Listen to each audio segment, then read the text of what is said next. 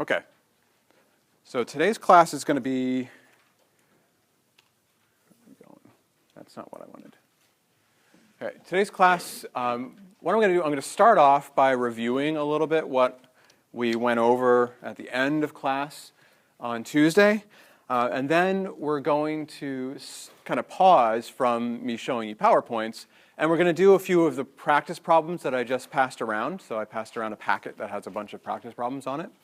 And then we'll go back and I'll talk, once we are comfortable with some of those problems, I'll go back and I'll talk a little bit more about slightly more complex problems. And then we'll go practice a little bit, and then we'll keep going back and forth. So that's kind of how we'll work today, is that I want you to do a lot of practice. So the questions, like the packet that I just handed out to you, you can expect to see one or two questions like that, maybe a few more on the test. So today, don't leave until you're really comfortable answering Punnett square questions. So we were talking about Mendelian genetics. We were talking about Mendel's experiment. He took a purple flower plant. He took a white flower plant. He crossed them together, or so he bred them together. And the F1 generation was all purple flowers. So the purple flower plant, if I said that the big letter capital A was purple and lowercase a equals white, what would be the genotype of the purebred purple flower plant? Remember what the word genotype meant? Okay. Yeah, genotype would be the genetic makeup. Phenotype is what it looks like. So it's a purple flower, so the genetic makeup is either going to be big A, or big A, or little a. So which one do you think the parent purple flower is, the purebred purple flower? All right, AA. Big A, right? So this would be the parent purple flower. How about the parent white flower? What? Would be little a. Okay. This parent would give its offspring a big A, right? And this parent would give its offspring a little a. So what do you think the F1 generation purple flower's genotype is? Big A, little a. Yeah, big A, little a, exactly. So this would be the F1, and those would have been the parents, right? Well, how do you know if the F1 isn't big A? Okay, how do I know that? Anyone have an answer to that? How do I know that the F1 generation would not be this? Because you're right, both of these would be purple, as we're going to talk about a little bit more detail. Purple is dominant to white in this case. But how do I know that the F1 is this and not this? Why can't it be big A? Yeah. Because you combined it with a white flower. Okay, one of its parents was a white flower. Can this parent give its offspring a big A? No. There's no way this parent could give its offspring a big A, so there's no way the offspring could have two big A's. So one way to just solidify and prove this is to do a Punnett square. So a Punnett square, you'd have a box. I take one parent, big A, put it on one side of the box. Take the other parent, little a, put it on the other side of the box, and fill in the box.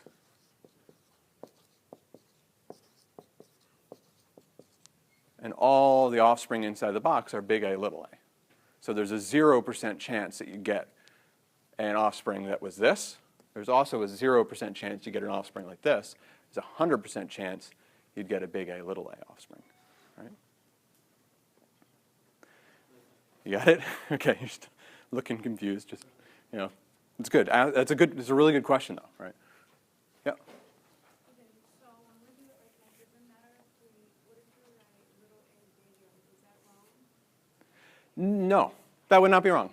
But I'll tell you this, to avoid confusion, I always, if it's heterozygous, so if it has two different letters, I always write the capital letter on the left. That's the way I always do it. And that way I know, I can look at the first letter and know what phenotype it is. So, because I can look at the first letter here, it's a big A, so that's going to be purple. Look at the first letter here, it's a big A, it's going to be purple. Look at the first letter here, it's a little a, it's going to be white. So I don't even have to look at the second letter to know the phenotype right there. But you're welcome to do it the other way. I wouldn't mark it wrong if you put little a, big A. Okay. So just to review some terms, because these are really important terms that you know. Homozygous means two of the same alleles. Heterozygous means two different alleles. So this individual is homozygous for purple. How about this individual? They're homozygous for white. And then this one, that would be heterozygous. Okay, so heterozygous is two different.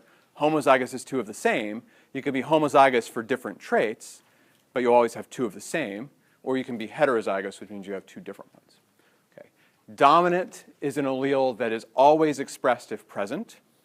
Typically, the dominant phenotype gets a capital letter, if we're going to use letters.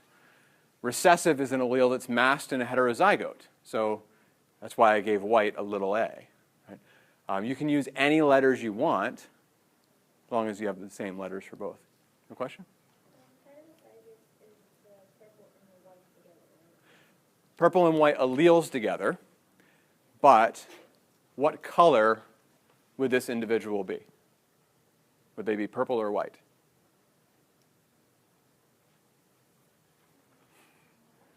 So they can't be purple and white, at least not yet. We haven't talked about that yet. They're purple.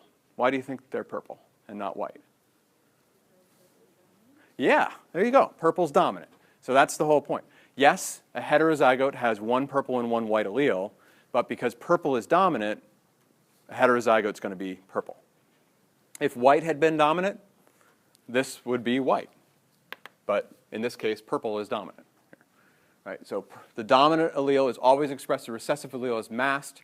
So when you have a heterozygote, it expresses the dominant allele, the big A. It does not express the recessive allele, the little a. Okay? So what we talked about Tuesday, when I did a cross of F1 with itself, I get a 3-to-1 ratio, and this would look like this. Big A, little a, crossed with big A, little a. So in this box, I'd get two big A's. In this box, I'd get a big A and a little a. This one, a big A and a little a. And in this one, two little a's. So if I gave you a question where I said a heterozygous purple flower is crossed with a heterozygous purple flower, that would be, so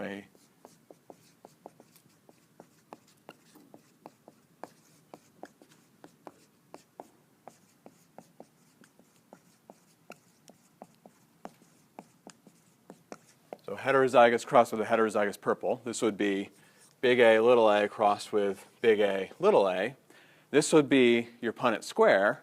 And then I might ask for something called the, I might ask for the genotypic ratio.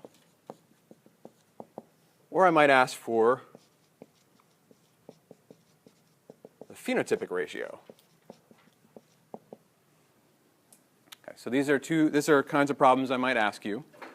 And I might say, give me the genotypic ratio, and then give me the phenotypic ratio. So the genotypic ratio is the ratio of all the genotypes of the offspring. So it would be the ratio of homozygous dominant to heterozygous to homozygous recessive. Out of my offspring, how many of them are homozygous dominant? 1, right? So I'd have a ratio of 1. How many are heterozygous? 2. And how many are homozygous recessive? 1. So I'd have my genotypic ratio would be 1 big A to 2 big A little a to 1 little a little a. Phenotypic ratio is ratio of the phenotypes. I have two phenotypes. I have purple and I have white. Okay, looking back at this again, how many of my offspring are purple? Yeah, this one's purple, and that one's purple, right? So I have 3 purple because these, all 3 of these are purple. How many are white? Only 1. So my phenotypic ratio is 3 purple to 1 white. Okay, so I got 3/4 purple, 1/4 white, but I have a genotypic ratio of 1 to 2 to 1. 1 big A to 1 big A to 1 little a. Okay. So, and this we kind of covered. So again, that was our Punnett square. So just to kind of reinforce this, Punnett squares use the genotypes of the parents to reveal which alleles that the offspring may inherit, and that's what we just did here. So what I want you to do is that packet that I gave you, the front side of the packet has a bunch of what are called monohybrid crosses. And I'd like you to go through them, start with the first one, do the cross. There's a little box there, a Punnett square for you to use to do the cross. And for each one of them, tell me the genotypic ratio and the phenotypic ratio of the offspring. Okay? And I'll be walking around to help you out. Okay, so what we were just doing is something called a monohybrid cross. Dihybrid crosses are a little more complex, and I just want to introduce you to this. So monohybrid crosses, we're looking at one trait and how one trait is passed on from one generation to the next.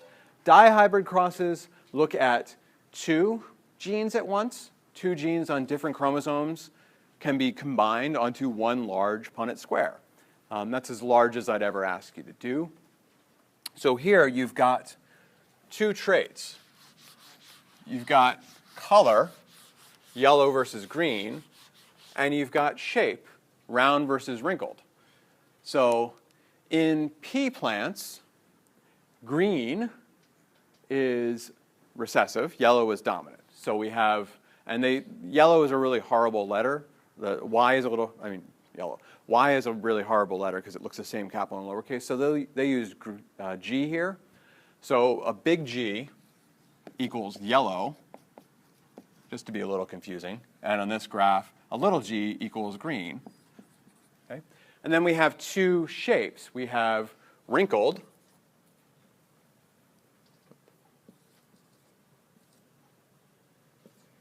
we have smooth and wrinkled. And they used a big R to equal smooth and a little r to equal wrinkled. So we have 2 different traits. We have color, either yellow or green, and we have shape, either smooth or wrinkled. So kind of ignore the left side. The left side is the parental generation. We're going to look at the F2 cross. So the F cross of the F1s. The F2 is a cross, or on the right there, is a cross between 2 heterozygous parents. So their genotypes are big R, big G, little g. So what would their phenotype be? Would they be round or wrinkled? Or sorry, smooth or wrinkled? They're smooth, right? Because they have a big R and a little r. Is it going to be yellow or green? It's going to be yellow, so it's got a big G. So it's heterozygous for both. It's going to be smooth, and it's going to be yellow. When you have 2 traits, you can't just split up the traits like we did in the last example, where you just put one letter on top of each box. It's a little more complicated. You're going to have to figure out the gametes that this individual can produce. And they can produce 4 different gametes. They can produce a gamete that has a big R and a big G. So they'd have a big R and a big G. they could also produce a gamete that has a big R with a little g.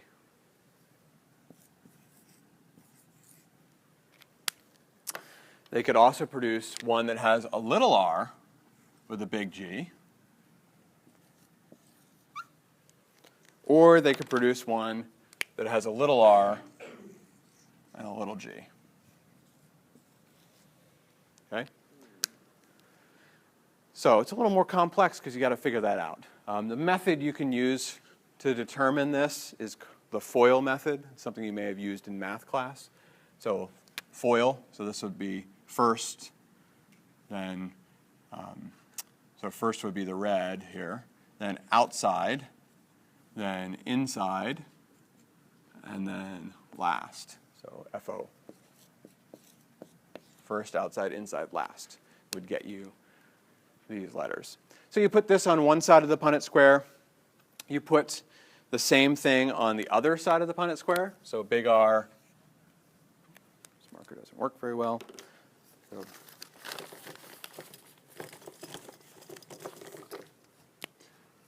So big R, big G, big R, little g, little r, big G,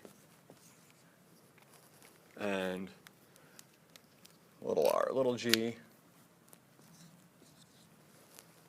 And then you do your Punnett square, and it gets pretty large. Okay.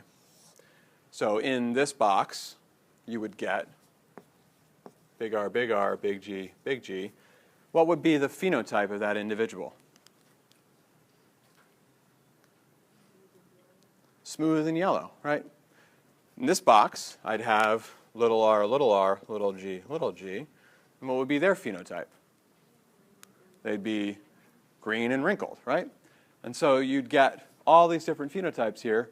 You'd end up with the ratio that it says there on the right, which is 9 to 3 to 3 to 1.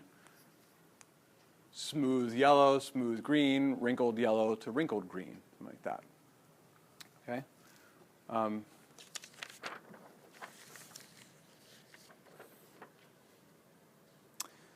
Okay.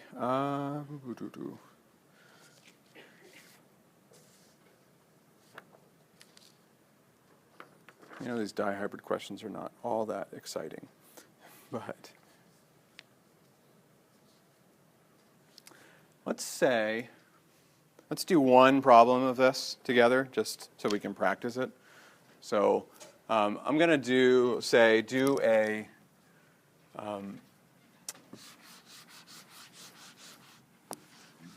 individual that looks like this, big R, big G, little g, but cross it with a little r, big G, little g individual. So this would be a wrinkled yellow. So I've got a round yellow or smooth yellow crossed with a wrinkled yellow plant. So do that, and then we'll talk about what it might be.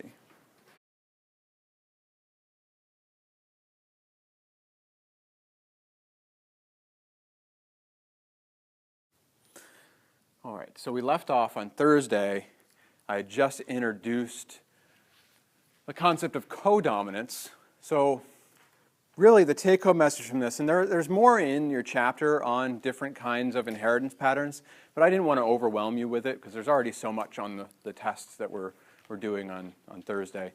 So I just wanted to talk about one other kind of inheritance pattern. There's a lot of different things if you think about human genetics in particular. You think about things like skin color. Skin color is heritable, but there's such a large variety of it. What we've been talking about prior to this was just one thing or another thing. So either red or white, either wrinkled or smooth. So kind of a binary, either one thing or another thing. Most traits in humans have a whole continuum. They're kind of a large kind of breadth of different possible phenotypes. So skin color is one of those. And skin color is actually controlled by multiple genes. And we're not even going to talk about that because it's super complex. There's lots and lots of genes that cover it. So you can have a large variety from being super, super pale to having super, super dark skin or anywhere in between. And it's actually possible for two parents that have kind of middle of the road skin type to have one kid who is almost albino, so pale skin, and then have another child that is the exact opposite of the spectrum, incredibly, incredibly dark skin. So it's really, there's so much variation in it, which, there's more, there's very many ways to get many different kinds of things, skin type like that. So most traits are more complex than what we've talked about. So this is one of them. It's just slightly more complex, so I didn't want to go to something as crazy as a polygenic trait like skin type. I wanted to just go to one that's just slightly more complex, which is what codominant is. Codominant is a case where there is more than one dominant form. So rather than having just red or white, you have two things that are going to be dominant. And in the case of blood group, we have A and B, which are both dominant, and then we have O that's recessive. So A and B are dominant, O is recessive. So you get 4 total blood groups because of this. So if A was dominant over B, then an individual that had the genotype AB would be type A. But because A and B are codominant, a person that has both A and B alleles is AB. They actually express both. So there's, your book uses this notation on the left here, kind of the second column, where they put a I next to these, IA, IB, and then for O, they use a lowercase I. If you take more genetics classes, if you take another biology class, you'll start using those notations. They're a little bit easier to use once you completely understand it. But at first, it's a little bit confusing. So for our purposes, just use A, B, and O, and that's fine. So there's 2 ways of getting type A blood. You can be homozygous type A, or you can be heterozygous between A and O. To get type B, you can be homozygous B or B that's heterozygous. Type AB, there's only one way, it's to have one A and one B, and type O, you have to be homozygous for O. Okay? So what this refers to biologically is the carbohydrates that are put in the outside of the cell, and we talked about that a little bit on Thursday. But what this allows us to do is to do crosses. And let's just say, so I donate blood a fair amount. I go about every 2 weeks and give platelets. And so I was in the blood donation center down by the hospital one day. And this woman comes in, and one thing that you can do directed donation. So she wanted to donate blood for her son. Her son was going to have surgery, and she wanted to give blood so he could use her blood. But she didn't know her son's blood type. But she knew that she was type AB, and she knew that the father was type O. And so she said, oh, we'll both give blood, and one of us will be a match. So do you see anything wrong with that? Do you think she was right in saying that one of the two of them would be a match to their child's blood type? She's type AB. The father is type O. Okay.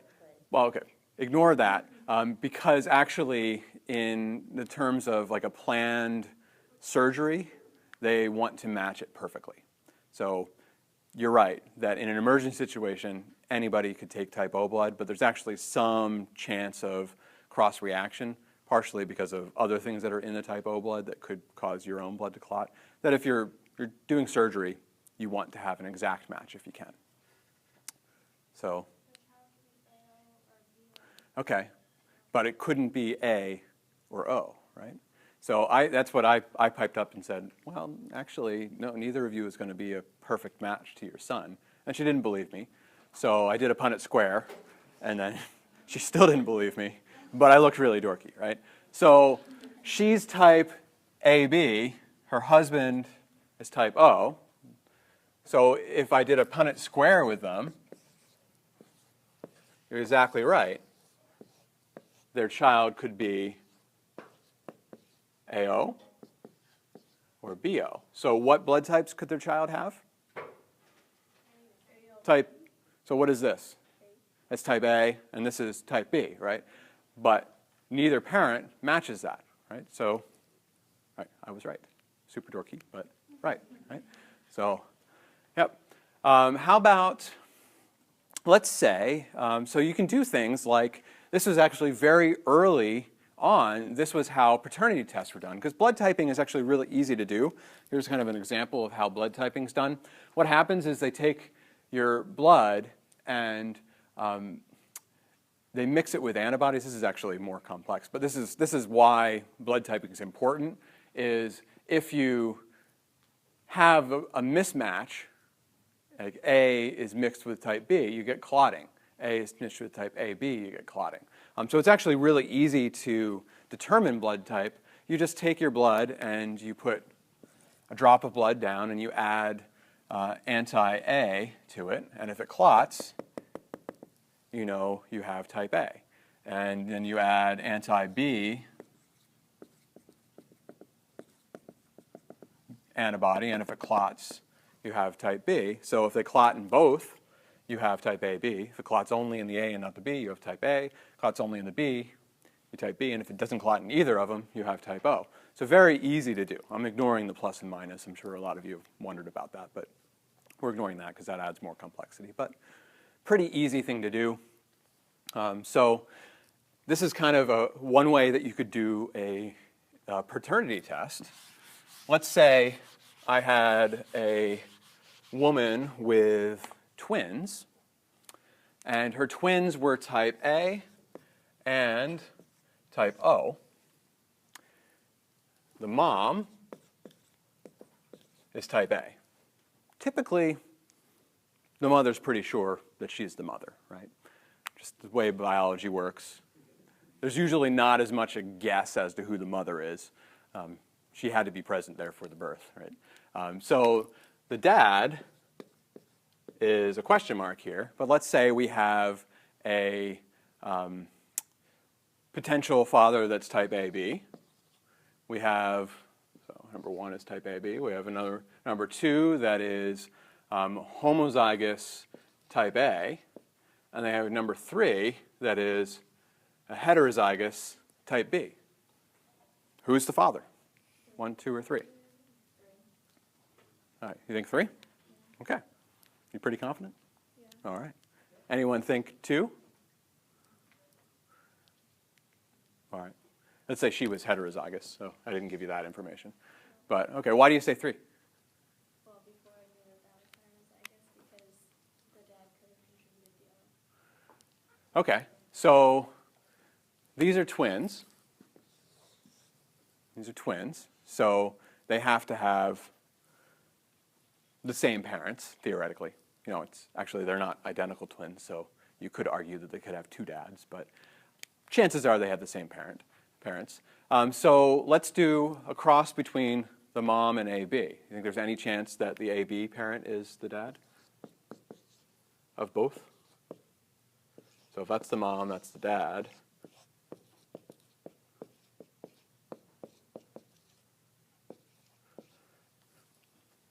Can they have an A and an O child? This is an A child. This is an A child. It's an AB, and that's a B child, right? So there'd be no way that that could be the parent. How about number 2?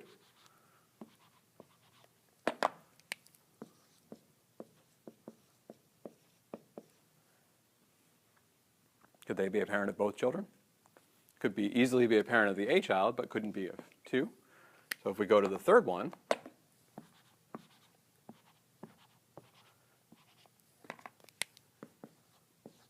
got AB, type B, type A, and type O. So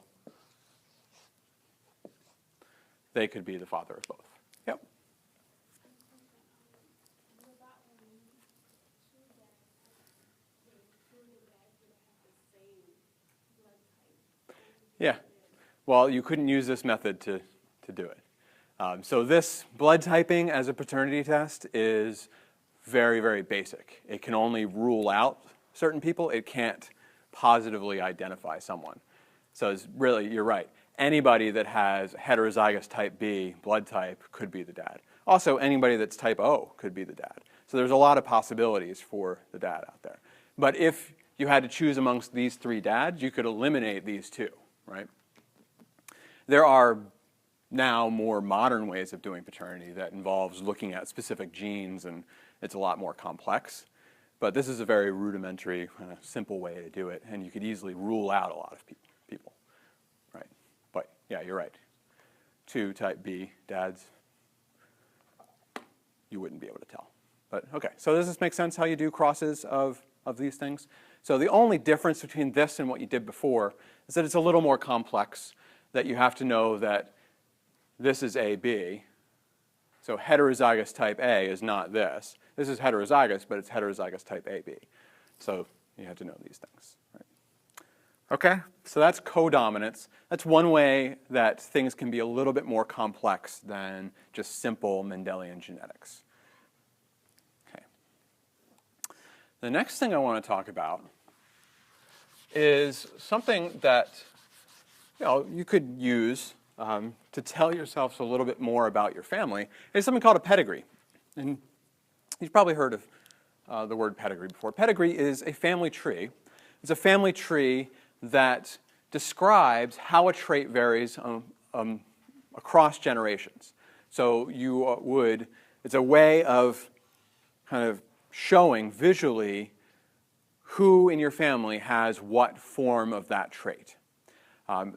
By analyzing pedigrees, you can uncover modes of inheritance. So whether something is a dominantly inherited trait, whether something's a recessively inherited trait, and it can also determine the likelihood of transmission of a trait to offspring. So here's what they look like, and here's two pedigrees. So there's two separate pedigrees, one for a trait called widow's peak, which is that the hairline comes to a peak versus the hairline being straight across. And then on the right, it's for attached versus free earlobes, which is just whether the base of your ear is loose or attached. So on the left, here's a widow's peak pedigree. And the way it works is there are squares and circles. Squares are male, and circles are female. If it's shaded in, it means they're affected. They have the trait. So the shaded in individuals have widow's peak on the left there, and on the right, or on the left, the ones that are not shaded in do not have widow's peak. So this one on the left is it a dominant trait or a recessive trait? And what I mean by that, do individuals with the trait, the shaded in individuals, are they showing the dominant phenotype or are they showing the recessive phenotype? The dominant, how do you know that? Okay, it's got a capital W. It gives it away, right? If you didn't have the letters on there, how do you think you might know that it's the dominant trait? There's one place in particular,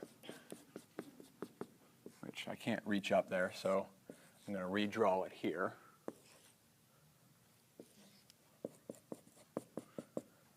So you'll notice right where the two pictures of the women are, one of them has widow's peak and one of them doesn't. What do you notice about their parents? Both of their parents have the trait. So let's not consider whether it's dominant or recessive yet.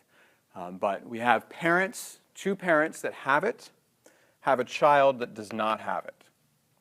Would this be possible if having widow's peak was recessive?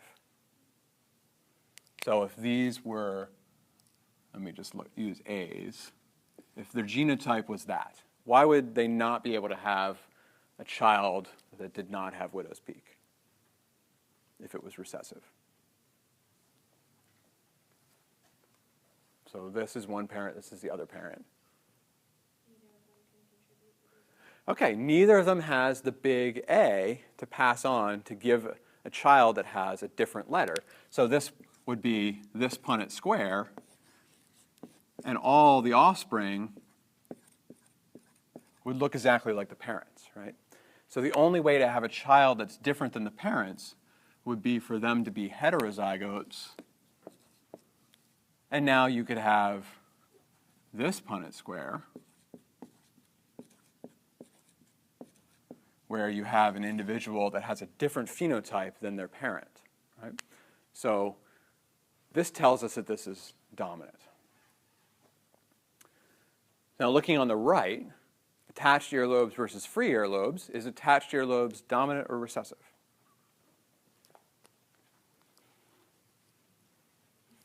All right, you can tell it just by the letters probably is recessive. But what other clue besides the letters would tell you that this was a recessive trait?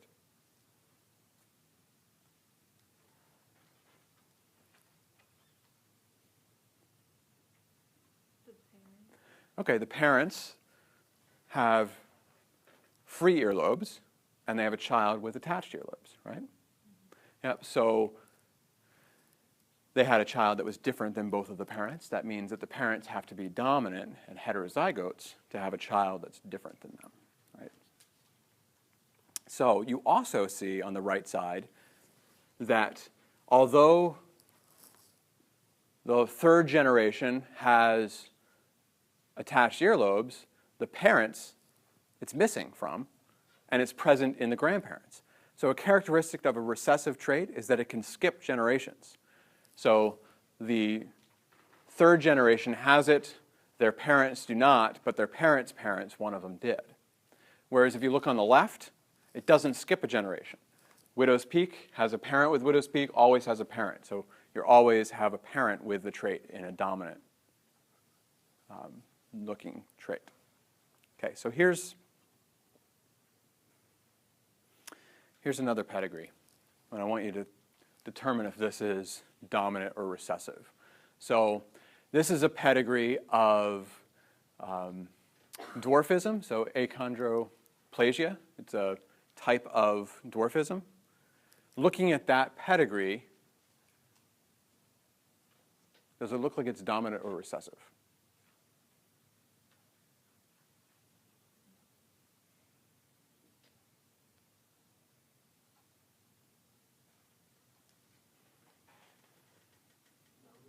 Or why do you say dominant?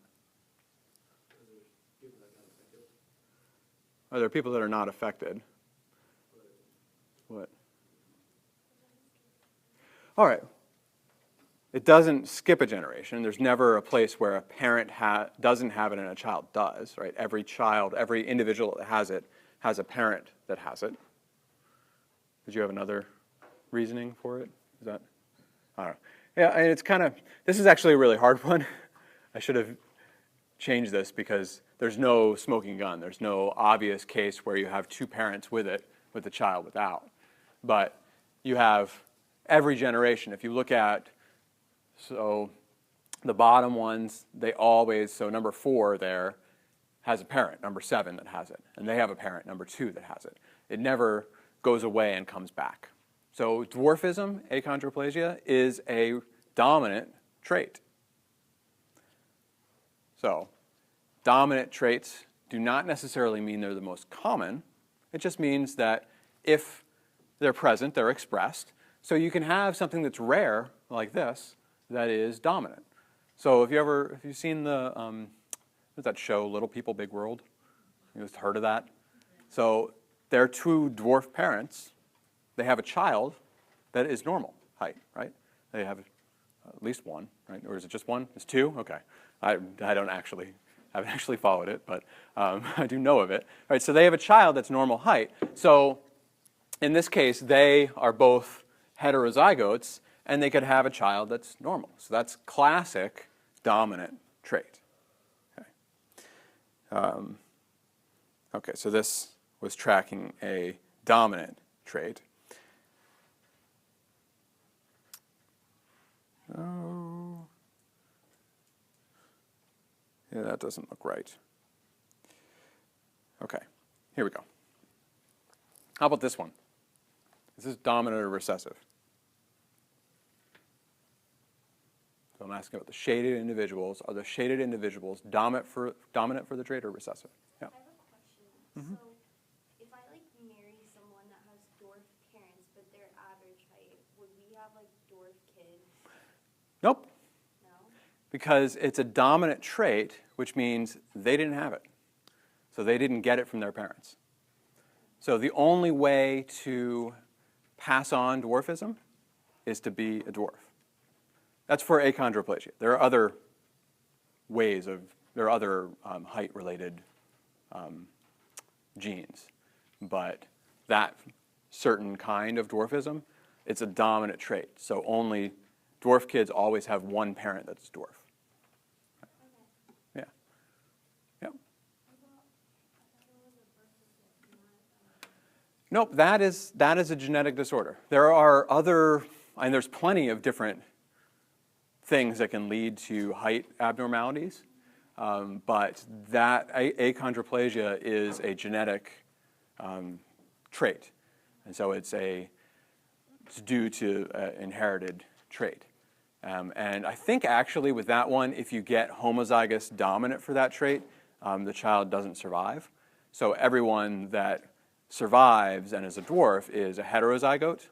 So they have a 50% chance of passing on that trait to their child. How Yep. is a dwarf, like, you know,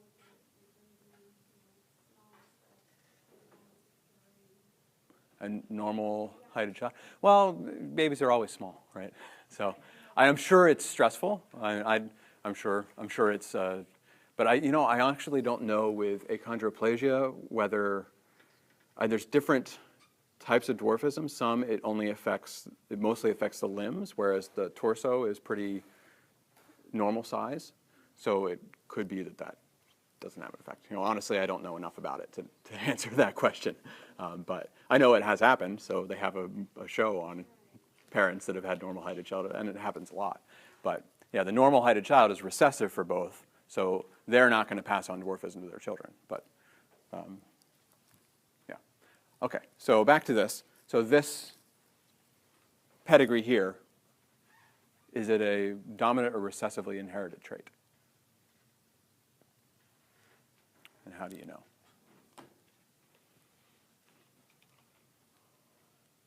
So is there anything on here that gives it away?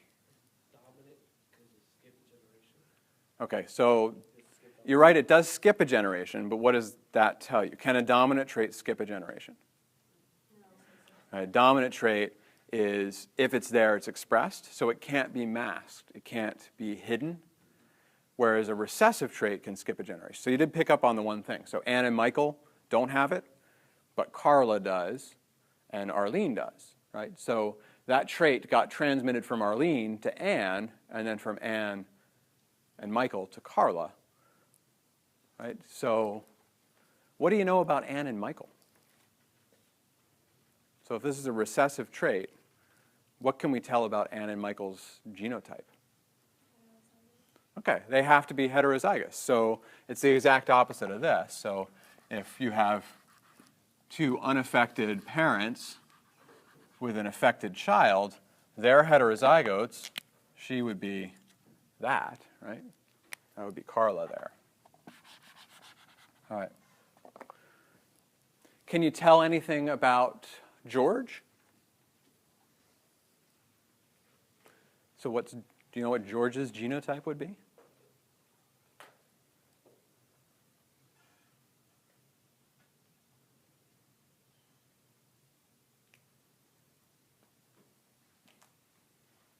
Well, first off, what is Arlene? We have Arlene is shaded in. That. George is not shaded. And they have Wilma, Anne, Sam, and here Tom, right? So Arlene, what's her genotype? So this is a recessively inherited trait. So what would Arlene be? All right, so she has the trait, and the trait's recessive. So if she was heterozygote, would she have the trait? No, she'd be showing the dominant trait, right? I'm glad you're trying, though. You know, at least you're trying. So what does she have to be then? If she has the trait and the trait's recessive, she has to be homozygous for the recessive character, right? So she'd be 2 little a's. Okay, so what do we know about Tom and Wilma then? So they're also affected, so they also have to be 2 little a's. So what do we know about George? George is not affected. Okay. So could he be homozygous dominant? Why not? Okay. If he was homozygous dominant, all his children would get a big A, and these 2 children couldn't exist. So he has to be a heterozygote, right? How about Sam? So this is Sam here. What's Sam's genotype? All right, how do you know that? All right, he has to have a big A. How do you know the second A is little? Okay. Yeah, Arlene has to give him one of her A's, and she only has little a's to give. So it has to be a little a, right? Anne? Same thing, right? So Anne would be that. Yeah. Okay. Let's see if there's something more tricky here. How about Alan? So this is kind of neat. This is what you can do with a pedigree. So if you drew your family tree like this, and you trace some trait amongst them, you would be able to tell whether it was dominant or recessive, theoretically, by looking at how it passed from one generation to the next. And for the dominant individuals, you'd be able to tell whether they were homozygous or heterozygous, for the most part. So we know that Sam is a carrier. So Sam could have a child with this trait. We know that Anne is a carrier, right? So we know that there's a chance that she has that trait.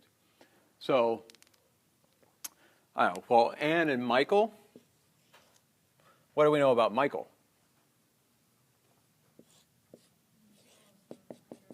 All right, he also would have to be heterozygous, and how do you know that? You're exactly right.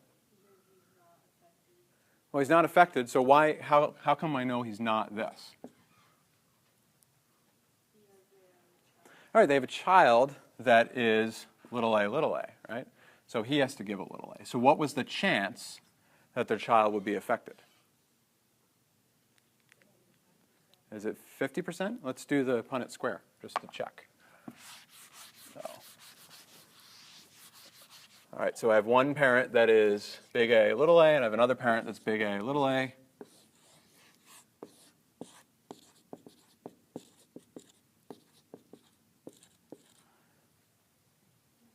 All right, 25, right? Yeah, so it's 25%. Because there's a 50% chance that this parent gives a little a, and there's a 50% chance that this parent gives a little a. For them both to give it, it's only a 25%, because they both have to give it at the same time, right? So 1 out of 4. Okay. So they had a 75% chance of having a child that was unaffected, only a 25% chance that had to have an affected child.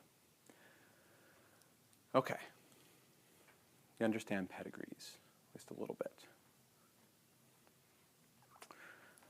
So if I ask you a question on this, on the test, it will not be super complex, but I might show you a diagram like this and say dominant or recessive. You think you'd be able to do that? Figure it out? So what are you going to look for?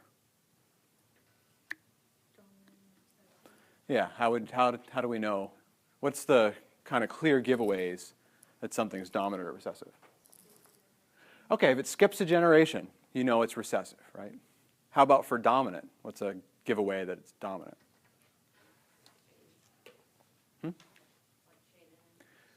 Okay, what would be shaded in? So anything, shaded in doesn't mean dominant. Shaded in means that it's affected, right? But, so we said skip a generation like this tells you that it's recessive, but what might you look for to tell if something is a dominantly inherited trait?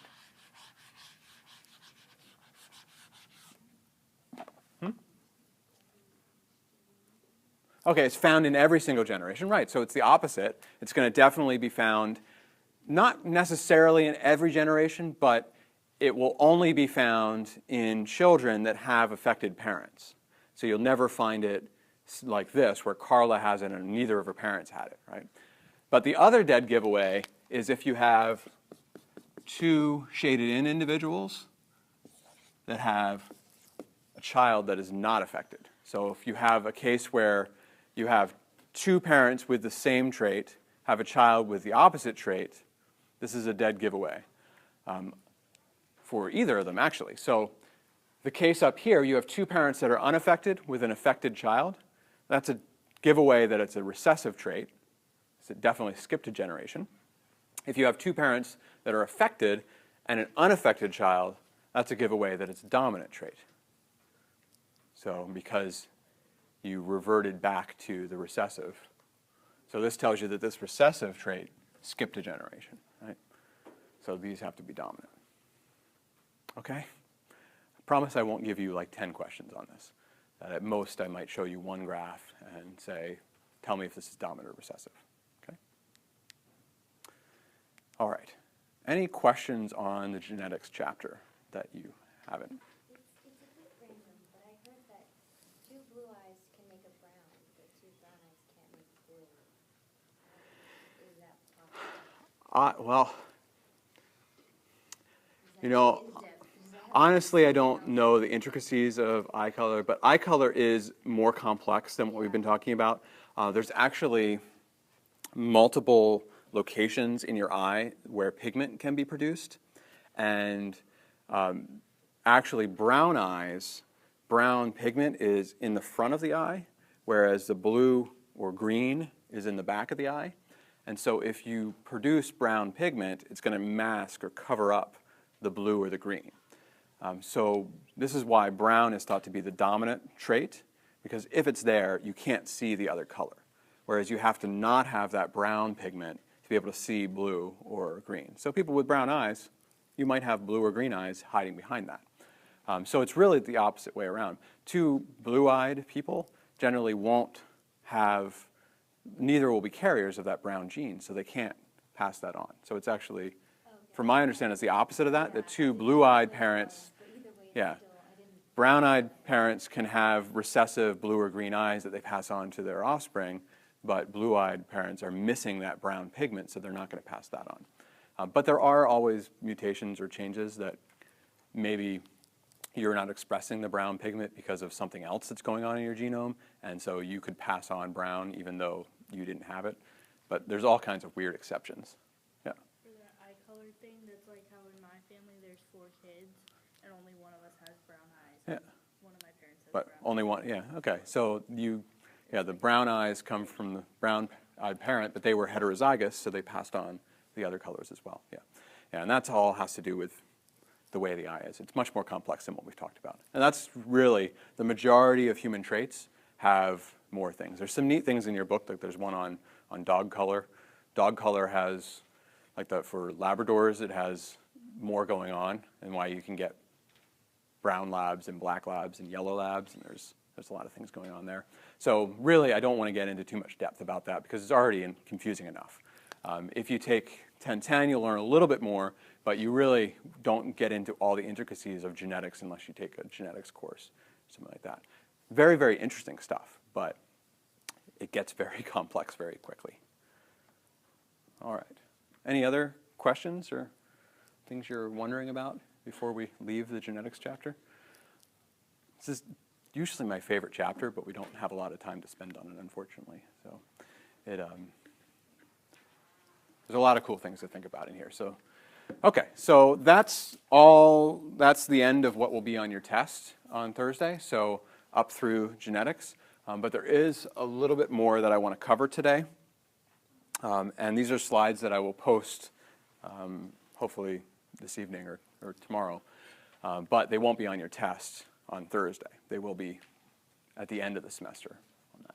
And this has a little bit to do with Chapter 12, which is DNA technology, but really just a very small subset of it, of something that is pretty interesting and pretty relevant, but I don't want to spend a lot of time talking about it, mostly because we haven't we haven't gone into the details of DNA, and we haven't gone into the details of protein synthesis and things like that that are chapters 10 and 11 that would be required to fully understand chapter 12. So definitely, if you have an interest in this, read through chapter 12, read about it. You can even read chapters 10 and 11, neither of which we're going to cover in this course, mostly because it's a huge amount of material left to cover, and we're halfway through the semester already. So we'll move on to 13 after the test. So I really just want to highlight a few applications of DNA technology. And what DNA technology is basically taking a gene that codes for a specific phenotype and taking it from one organism and putting it into another organism. And this is variously called genetic modification. It's sometimes called cloning. So cloning, when you think of the word clone, you probably think of like Dolly the sheep cloning a whole organism. But you can actually just clone or reproduce one single gene. So if you want to have an individual express some gene that they don't actually have, you can do it. Kind of neat things. When I was an undergrad, I took a course called Recombinant DNA Technology. And one of the lab experiments that we did is we took a gene from a firefly and we put it into another organism. We just put it into bacteria. And what we did is we could actually make those bacteria glow.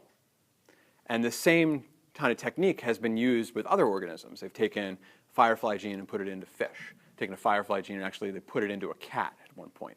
And they were able to make the cat glow, just like the firefly does. And those are kind of crazy examples, but they're the same idea as what I'm going to go into, which are actual real applications of this rather than just, I want to make a cat that glows. These are ways that you can take a gene from one organism and put it into another to change things that it's expressing. So we've done this with human proteins. So diabetes. One of the causes of diabetes is the inability to produce a protein called insulin. Insulin allows your cells to absorb glucose from your blood. If you don't have insulin in your blood, you can't absorb the glucose from the food that you eat, and you can't generate that ATP that your body needs to survive. So, long time ago, when this was first kind of discovered that diabetes is due to a lack of insulin, they used to use cows, and they would extract insulin from cows and give those to humans. But insulin from cows, although it works, it doesn't work nearly as effectively as human insulin, and it made some patients really, really sick. There's a lot of side effects. It was not ideal. DNA technology allowed us to actually take a human gene that is to program for the production of insulin, take that gene and actually implant it into bacteria to make bacteria actually manufacture human insulin. And so the bacteria would be grown up, and they would then separate the insulin that they excreted from the bacteria, and you could then make this purified drug insulin. So this is this first one. So we were able to make human insulin from bacteria, which pretty cool, right? You could actually make a human protein, making it up in a bacteria. And it's much, much better for humans than cow insulin was. Okay.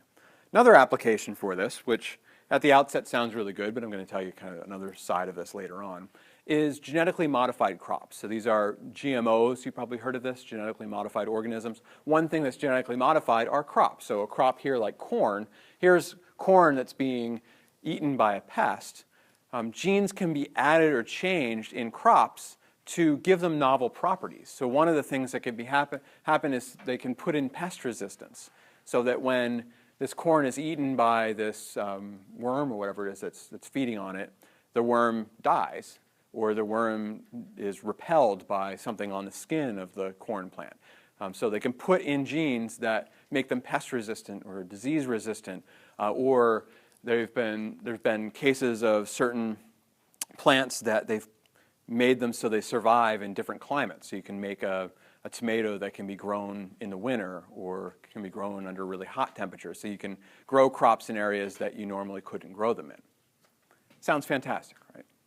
So I'll tell you the flip side of it later on. But so that's one of the other ways, is genetically modified crops, giving them novel properties so that they can do things they couldn't do before. And then kind of another aspect of application of DNA technology is environmental remediation. So organisms have been modified to digest toxins such as oil. So oil spill, large oil spill, you can release these bacteria that have been programmed to consume oil, and they'll go and clean up your mess, right? So lots of promising, kind of exciting ways that DNA technology has been used, or at least has been planned to use. So things like producing human proteins, like modifying crops, or environmental remediation. So how this is done is actually surprising.